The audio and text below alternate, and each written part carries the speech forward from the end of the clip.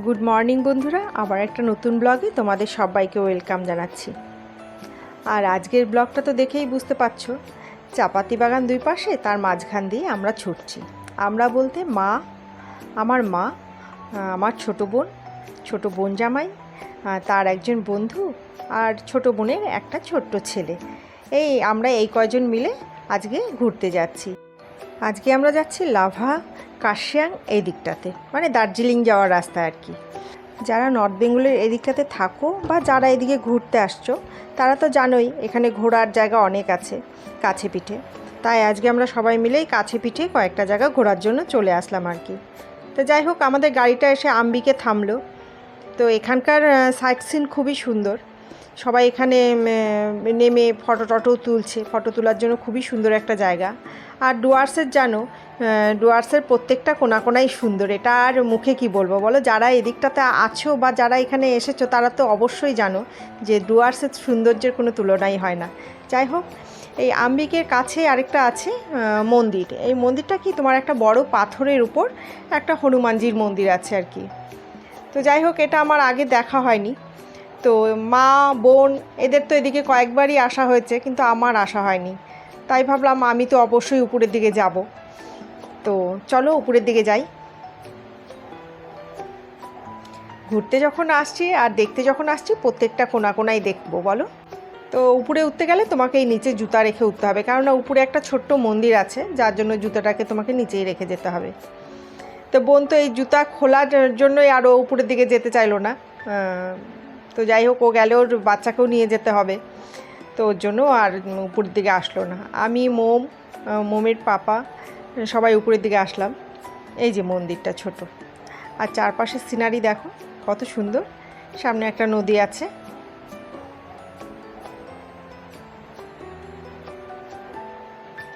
খুবই সুন্দর চারপাশের সিনারি। আর এই জায়গাটাতে যে এত হাওয়া কি বলবো। বেশ কয়েকটা ফটোও তুলে নিলাম আমি।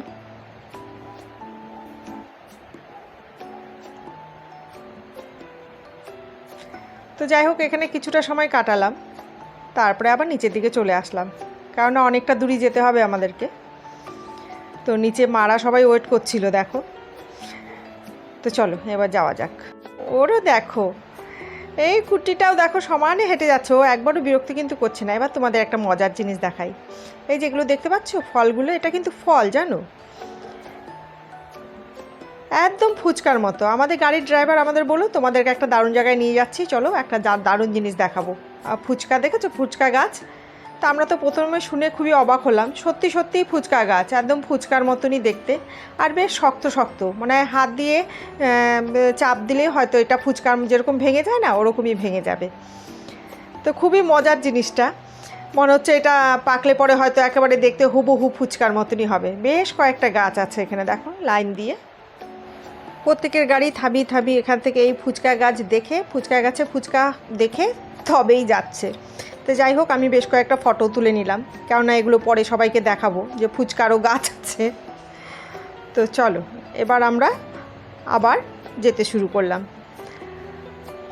তো দেখো যতটা উপরে যাচ্ছি, আর এত ফগি রাস্তায়, আর বেশ ঠান্ডা লাগছে, খুব ভালো লাগছে। খুব গরমের মধ্যে থেকে না এখানে আসাতে বেশ অনেকটাই স্বস্তি পাচ্ছি।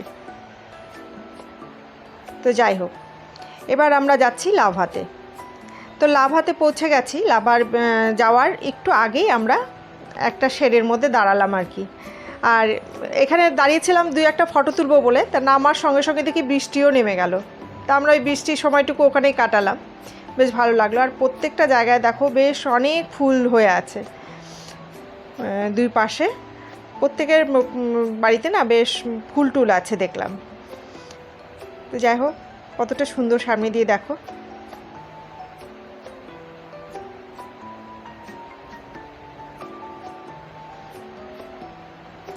তো এবার আমরা লাভাতে আসলাম।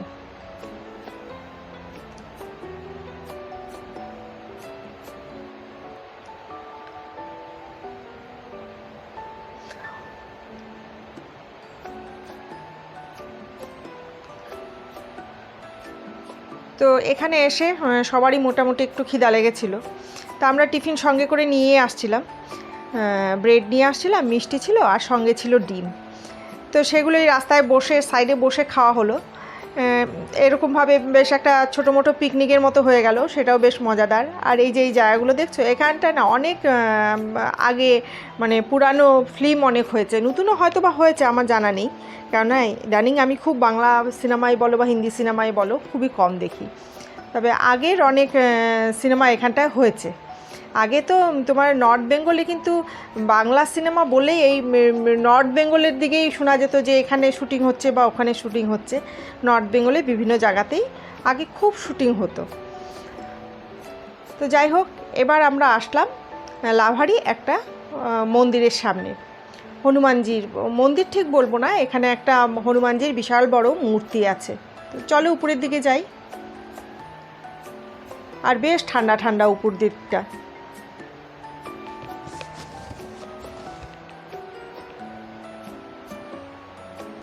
অনেকটাই উপরে উঠতে হচ্ছে। এদিক দিয়ে সিঁড়িরও রাস্তা আছে, তুমি চাইলে সিঁড়ি দিয়েও যেতে পারো, আর এই সাইড দিয়েও রাস্তা আছে, এদিক দিয়েও রাস্তা আছে। তো চলো এদিক দিয়েই যাই।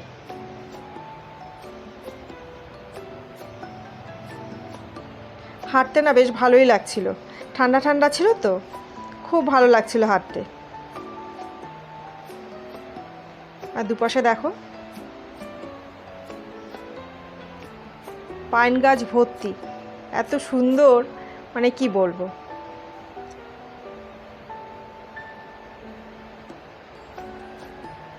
অনেকটাই উপরে।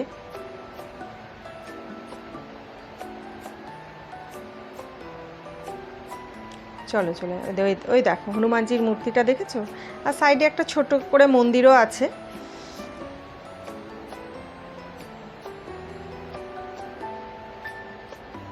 চারপাশের সিনারি দেখো কত সুন্দর। তো এখানে বেশ খানিকটা সময় কাটালাম, কাটিয়ে নিয়ে আবার আমরা রওনা দিলাম, কেননা আর একটু উপরের দিকেই যাব আমরা। তারপরে খানিকটা এসে আমরা এখানে একটা রেস্টুরেন্ট ছিল, সেখানে আসলাম। এখানে নিচে রেস্টুরেন্ট, তবে উপরে হোমস্টে। তো চলো ভেতরের দিকে যাই। খুবই সুন্দর, চারপাশের জায়গা যেমন সুন্দর, আর এই বিল্ডিংগুলো দেখতে আরও বেশি সুন্দর লাগছিল জানো। এত মানে খুব রঙিন ছিল বিল্ডিংগুলো, রং টংগুলো খুব সুন্দর, আর এত সুন্দর ভালো লাগছিল পাহাড়ের গায়ে গায়ে ঘরগুলো।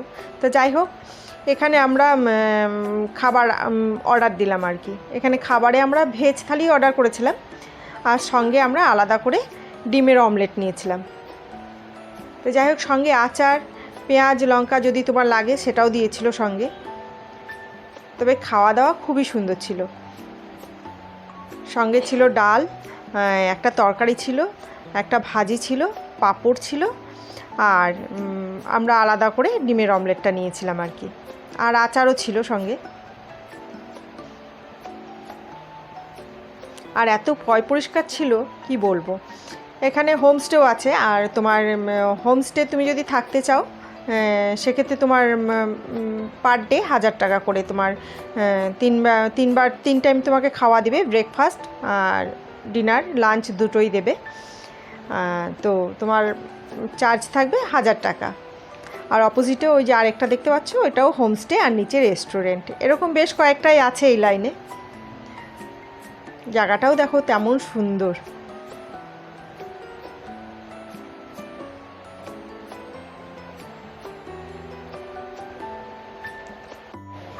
তো খাওয়া দাওয়ার পর্বটা শেষ করে আমরা খানিকটা পথ পেরিয়ে আবার চলে আসলাম কার্শিয়াংয়ের ডেলো পার্কে। তো গাড়িটা যেহেতু অনেকটা নিচেই পার্কিং করেছে, তা আমাদের অনেকটাই হেঁটে সামনের দিকে যেতে হলো আর কি।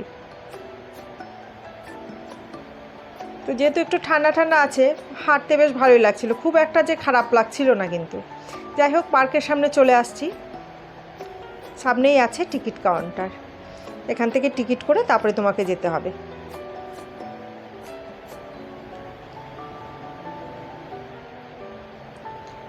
তো এখানে 10 টাকা করে টিকিটটা কেটে নিয়ে আমরা ভেতরের দিকে ঢুকে গেলাম। তো ভেতরটা খুবই সুন্দর, দেখো দুপাশে একদম হাইড্রেঞ্জিয়া ফুল দিয়ে পুরো ভর্তি। মাঝখানে আবার বেশ গোলাপ ফুলও আছে, দেখো কি সুন্দর কালারটা। আর হাইড্রেঞ্জিয়ার কালারটাও খুবই সুন্দর।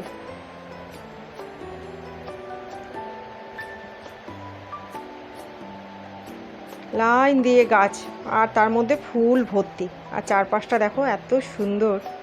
আর ওই যে দেখতে পাচ্ছ বিল্ডিংটা, ওটা হলো একটা ট্যুরিস্ট লজ।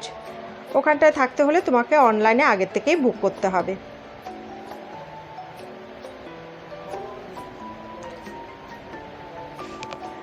এই চারপাশে জঙ্গলের মাঝখানে এই ঘরটা এত ভালো লাগছে, মানে খুবই ভালো লাগছিল ট্যুরিস্ট লজটা দেখতে। আর মাঝখানে বিরাট বড় একটা ফিল্ড আছে। আমি এখানেও বেশ কয়েকটাই ফটো তুলে নিলাম। খুবই সুন্দর জায়গা, ফিল্ডটাও বেশ বড়। আর এখানে তোমার ঘোড়া চড়ারও ব্যবস্থা আছে, তুমি চাইলে ঘোড়াও চড়তে পারো। আর দেখো একদম চারপাশে ফগি। এক দুইটা তোমার স্টল দেওয়া আছে। তো এখানে আইসক্রিমের দোকানটা পেয়ে আমরা সঙ্গে সঙ্গে গেলাম, সেখান থেকে সবাই মিলে আগে আইসক্রিমটা কিনে আগে সেটা খেয়ে নিলাম। ঠান্ডার মধ্যে আইসক্রিম খেতে আমার কিন্তু খুব ভালো লাগে। তোমাদের কার কার ভালো লাগে অবশ্যই কমেন্টস করে জানাবে। তো চলো এবার পুরোটা ঘুরে দেখি, কী যে ভালো লাগছে। আর সেই ঠান্ডা ঠান্ডা আছে। আর আমি এই গরম থেকে এসে পুরো ঠান্ডাটাকে একেবারে লুফে নিতে চাই, বুঝছো। হঠাৎ করেই প্ল্যানটা হলো। তো আমি তো আর সোয়েটার টোয়েটার কিছু আনিনি। তো আমাকে এরকম দেখে মা বললো, আচ্ছা ঠিক আছে, আমি দুখানা শল আনছি, সেটা দিয়েই হয়ে যাবে, তোর একটাতে হয়ে যাবে। তো সেখান থেকে খানিকটা সময় কাটানোর পর আবার আমরা রওনা দিলাম। এবারে আমরা যাচ্ছি, এখানে কাছে পিঠে আছে একটা সায়েন্স সেন্টার। তো খুব বেশি দূরে না, 10-15 মিনিটের রাস্তা। তো আমরা সায়েন্স সেন্টারে পৌঁছে গেছি। এখানটাও বেশ সুন্দর। আর সব থেকে ভালো লাগছে আমার এই ফগিটা দেখে, জানো। তো চলো এবার ভেতরের দিকেও যাই। আমার বোন তো সোয়েটার বের করে পরেও নিল, ওদের ঠান্ডা লাগছে। আমার কিন্তু বেশ ভালোই লাগছে। খুব প্রয়োজন না পড়লে আমি শলটা গায়ে দেবো না।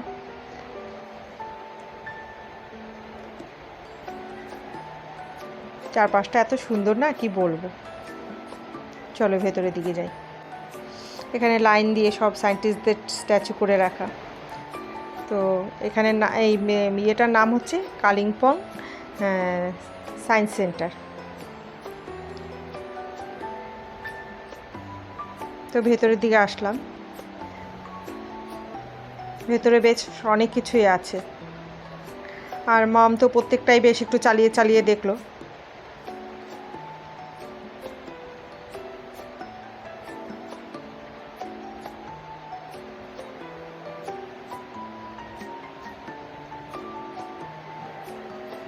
খুবই বড় ভেতরটা, অনেক কিছুই আছে।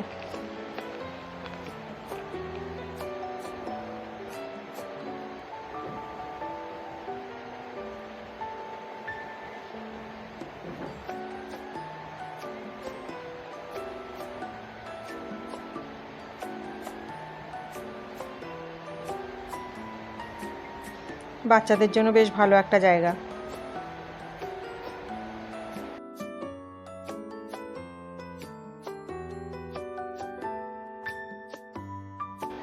এবার আমরা বাইরের দিকে আসলাম। বাইরের দিকেও অনেক কিছুই আছে।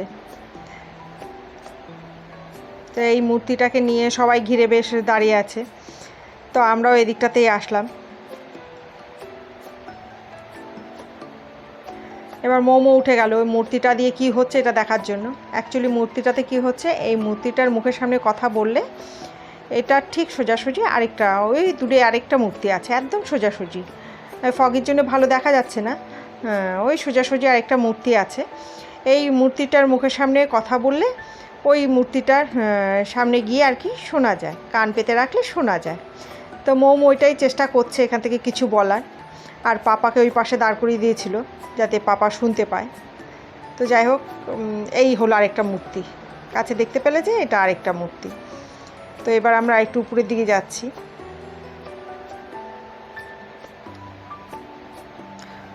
সবাই বেশ ফটো তোলাতে ব্যস্ত, মানে ফটো তোলার জন্য এতই সুন্দর জায়গা একটা, কি বলবো। বাচ্চাদের খেলারও অনেক কিছু আছে এখানে।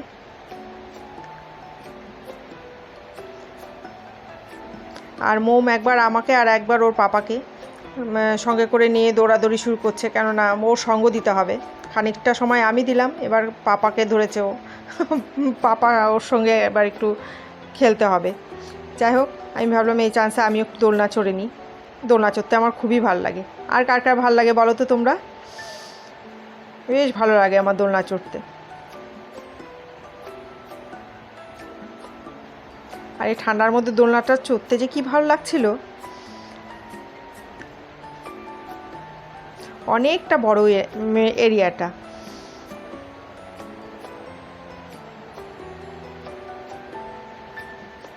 অনেক কিছুই আছে। আর মাঝখানে কি হলো বলো তো, আমরা ঘুরছি এমন সময় নেমে গেল বৃষ্টি। তো সবাই তাড়াহুড়ো করে এবার নিচের দিকেই নামতে শুরু করলাম, না হলে বৃষ্টিতে ভিজে যাব। যদিও পাহাড়ি জায়গার বৃষ্টি খুব একটা সময় স্থায়ী থাকে না, একটু সময় বৃষ্টি হয়ে কিছুক্ষণ পরেই আবার দেখবে সেই বৃষ্টি বন্ধ হয়ে যায়। তো যাই হোক, এই জায়গাটা আমার খুবই ভালো লাগলো। তো এই জায়গাটায় আমি 2-1 ফটো তুলবো বলে দাঁড়িয়েই পড়লাম গাছটার নিচে। আর ওই পাশটা দেখো, সব গাড়িগুলো ওদিকে দাঁড়িয়ে আছে, কিন্তু ওই দিকটাও বেশ সুন্দর। এখানে গাড়ি পার্কিংয়েরই জায়গা। তো এবার আমরা এখান থেকেও রওনা দিলাম। এবার যাব আরেকটু উপরের দিকে। এই যে জায়গায় আসলাম, এটা হলো রেশপ। এই জায়গাটা বেশ ঠান্ডা। আর এখানে না বেশ সুন্দর সুন্দর হোমস্টে আছে, ছোট ছোট, আর খুব সস্তার মধ্যেই। 500 টাকার মধ্যেও তুমি এখানে হোমস্টে পেয়ে যাবে। তোমাকে ব্রেকফাস্ট 2 টাইম খাওয়া, লাঞ্চ বা ডিনার দেবে, আর সঙ্গে থাকা।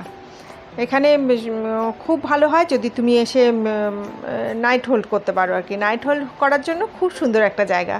তুমি জার্নিটা যদি ভাবো যে আজকে এসে আজকেই যাবে, জার্নিটা খুব বেশি হয়ে যায়। তো তুমি যদি হোমস্টেতে নাইট হোল্ড করো, সেক্ষেত্রে তোমার ঠিকই আছে। এই আমরা একটা হোমস্টের সামনেই আসলাম। এই যে দেখতে পাচ্ছ, এটা একটা হোমস্টে। তবে এগুলো খুব সস্তা, খুব কিন্তু যে তোমার খরচা তা না, কম খরচে এখানে থাকার জন্য খুব ভালো জায়গা। রাত্রে থাকতে হলে খুবই ভালো লাগবে এই জায়গাটায়। তো এবার আমরা আবার লাভা ইয়েতে চলে আসলাম, বাজারে চলে আসলাম। এখানে রাস্তার ধারে বেশ একটু বসার জায়গাও করে দেওয়া আছে। সন্ধ্যার পরে তুমি এখানে বসে বেশ রাত্রের সৌন্দর্য উপভোগ করতে পারো। তো যাই হোক, এবার আমাদের যাবার পালা। আমরা রওনা দিলাম আবার বাড়ির উদ্দেশ্যে। রাস্তায় আমরা একটু খেয়ে নিয়েছিলাম। তো এবারে চাদরটার আমার দরকার পড়লো, কেননা খুবই ঠান্ডা লাগছে। চাদরটাও গায়ে দিয়ে নিলাম। তো ঠিক আছে, আজকের ভিডিওটা তোমাদের কেমন লাগলো অবশ্যই কমেন্টস করে জানাবে। আবার দেখা হচ্ছে নতুন আরেকটা ব্লগ। ততক্ষণ তোমরা সবাই সুস্থ থেকো, ভালো থেকো।